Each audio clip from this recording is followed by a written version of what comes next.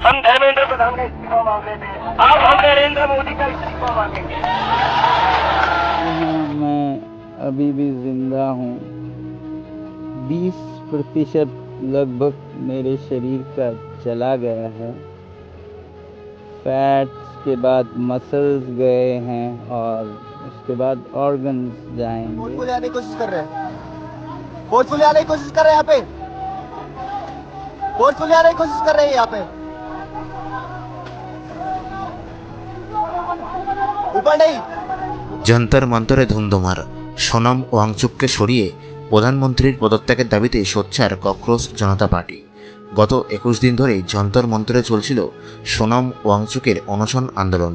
শিক্ষামন্ত্রী ধর্মেন্দ্র প্রধানের পদত্যাগের দাবিতে চলা সেই আন্দোলন শনিবার সকালে এক নাটকীয় মোড় নিল। দিল্লি পুলিশ সোনম ওয়াংচুককে জোর করে তুলে নিয়ে হাসপাতালে ভর্তি করার পর পরিস্থিতি নতুন মাত্রা পেল। এবার আর কেবলমাত্র শিক্ষামন্ত্রী নন, বরং একেবারে প্রধানমন্ত্রীর পদত্যাগের দাবিতে সরব ককরোচ জনতা পার্টি। কেন এমন দাবি, কেন উত্তাল রাজনীতি, বিস্তারিত জানুন আমাদের এই ভিডিওতে। দীর্ঘ 21 দিন ধরে চলছিল সোনম ওয়াংচুকের অনশন। শুক্রবার তিনি জানিয়েছিলেন শারীরিকভাবে দুর্বল হলেও লড়াই চালিয়ে যেতে প্রস্তুত। কিন্তু শনিবার সকালে পুলিশ হঠাৎই মঞ্চ ঘিরে ফেলে এবং তাকে জোর করে তুলে নিয়ে যায় সাফদারজং হাসপাতালে। দিল্লি পুলিশের দাবি, হাইকোর্টের নির্দেশ এবং চিকিৎসকদের পরামর্শেই এই পদক্ষেপ। কিন্তু এই ঘটনা মুহূর্তের মধ্যেই আগুন জ্বালিয়ে দিল যন্তর মন্তরে। এই পরিস্থিতির মাঝেই দৃশ্যপটে উঠে এলো ককরোচ জনতা পার্টি বা সিজেপি। এতদিন যারা শিক্ষামন্ত্রীর পদত্যাগের দাবি তুলছিল, সোনম ওয়াংচুককে তুলে নিয়ে যাওয়ার পর তারা সরাসরি নিশানা করল খোদ প্রধানমন্ত্রী নরেন্দ্র মোদীকে। সিজেপির প্রতিষ্ঠাতা অভিজিৎ দীপকে স্পষ্ট জানান, এখন আমাদের দাবি প্রধানমন্ত্রীকে ইস্তফা দিতেই হবে। সোশ্যাল মিডিয়া হ্যান্ডেলেও শুরু হয়েছে মোদি মাস্ট রিজাইন বা মোদীকে ইস্তফা দিতেই হবে এই হ্যাশট্যাগ ক্যাম্পেইন। পুলিশের এই আচরণের প্রতিবাদে সরব হয়েছে বিরোধী শিবিরের নেতারাও। বর্ষিয়ার নেতা শরদ পাওয়ার কেন্দ্রের এই আচরণকে দায়িত্ব জ্ঞানহীন বলে অভিহিত করেছেন।